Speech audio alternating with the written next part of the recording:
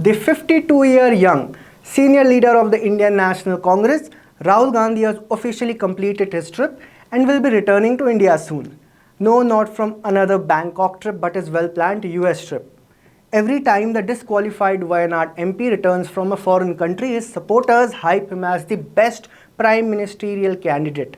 This time, the biggest achievement was Rahul's ability to deliver a speech without using a teleprompter. Apart from this, 350 plus seats were the achievement. अच्छी बात बोली, आपको अच्छी लगी, तो ऐसे थोड़ा मार दीजिए हाथ आप. Let us have a brief look at the 10 days of Rahul Gandhi in the USA. Hello and welcome. I am Yash Rawat and you are watching the Pamphlet. One of the biggest achievements of Rahul Gandhi's US trip has to be KRK transforming himself into a Congress bhakt. He is 2 rupees people. Jokes aside, Gandhi's 10-day trip to the US where he rubbed shoulders with anti-India forces was quite problematic, so to say. Although we have covered every aspect of his trip separately, let us take a look at the bigger picture of what he said and did on this trip. Starting from his first address in Santa Clara, California, Rahul Gandhi made many goof-ups. From comparing his Bharat Jodo Yatra to the 5 Udasis done by Guru Nanak Dev Ji. Somewhere that Guru Nanak Ji had gone all the way to Mecca, Saudi Arabia. यही नहीं, अभी और सुनिए. He had gone to Thailand. He had gone to Sri Lanka. आप कहाँ थे ज्ञानी बाबा?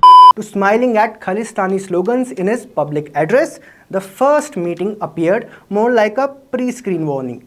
Although Rahul Gandhi did hit a self-goal in his attempted Mohabbat Ki Dukaan in the USA. During the same speech, he said that today Muslims in India face similar atrocities which Dalits faced in the 80s. What is happening, for example, to the Muslim community in India today happened to the Dalit community in the 80s. Did he forget that his grandmother and father were the ones to rule India in that specified era? Next comes the National Press Club interview in Washington, D.C., the same press club which granted honorary membership to financial fraud accused Rana Ayub. Better than the interviewee, the interviewer in this particular interview was the one to look out for. The interviewer in question represented himself as a colleague of an espionage accused freelance journalist from India. During this interview, Rahul Gandhi said many things that were problematic, incorrect and inadequate in his capacity. Many would argue that he isn't even a member of parliament or is disqualified, but his words are being used by radicals to paint a distorted image of India to the outside world. Maybe deafened by the question about a journalist named Vivek Raghuvanshi who is accused of espionage, Rahul Gandhi said that media freedom in India is weakened and press freedom is very critical for democracy. One should be open to criticism and listen to it.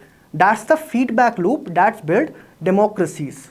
After listening to his comments, images of Indira Gandhi during the emergency flashed before my eyes. Later, talking about Congress's coalition in Kerala with the Indian Union Muslim League and secularism, Rahul Gandhi claimed that Muslim League is a secular party.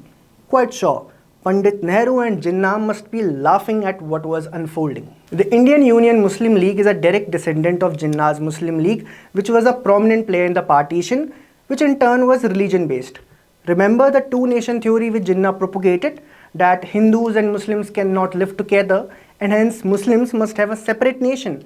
Yes, IUML in Kerala is an offshoot of the same Muslim League. Now, the rest of the Washington DC trip and the New York event has one thing in common: the Islamic Circle of North America, or the ICNA umbrella. It was revealed that organizers of Rahul Gandhi's 4th June event in New York had links to Pakistan's Jamaat-e-Islami and Muslim Brotherhood linked fronts. Though there are many things Rahul Gandhi said or did during US trip that pose a threat to India's sovereignty, criticism of PM Modi is not criticism of India. Agreed. But when your hatred for one man clouds your judgment and you end up sharing stage with those who do not have India's best interest in mind, that is when you must take up a step and introspect yourself. We have several videos and articles that explain the entire nexus of ICNA and Rahul Gandhi's links on our website as well as on our YouTube, which you can check out in the description after seeing this video. The coordinators and organizers of this particular event have links to several mosques in New Jersey, like the Muslim Center of Greater Princeton, Muslim Center of Middlesex County, and more, which in turn have links to the ICNA. Further, the ICNA is an umbrella of organizations that are termed radical with proof of links to the Pakistani intelligence agency ISI, Hizbul Mujahideen, and the banned radical terror outfit SIMI. As this trip comes just after Indian National Congress won the Karnataka electoral mandate, it is important to discuss it as well. With SIMI links to the 4th June event, it is important to discuss that the Popular Front of India, or PFI, follows and inspires itself from the same ideological footpath as the other. INC during the Karnataka elections promised to ban Bajrang Dal, which was one of the main quests of the PFI in India. Coincidence much? Hopping back to Washington DC, during a meet with American lawmakers and alleged activists, Rahul Gandhi met with Sunita Vishwanath. The name Sunita Vishwanath lines up correctly with the links to George Soros' Open Society Foundation and ICNA umbrella. She is the co-founder of Hindus for Human Rights, which is also the part of ICNA umbrella. Just before the Karnataka election campaign began, it was found that the state of Karnataka was the second highest in receiving foreign funding. And guess who was the person behind it? Salil Shetty, the same person who walked alongside Rahul Gandhi in his Bharat Jodo Yatra and who is the global vice president of the Open Society Foundation. Rahul Gandhi, Indian National Congress, Islamic Circle of North America, Salil Shetty, Sunita Vishwanath, Hindus for Human Rights, Jamaat-e-Islami, Open Society Foundation, and more seem to be connected to one another like a spider's web.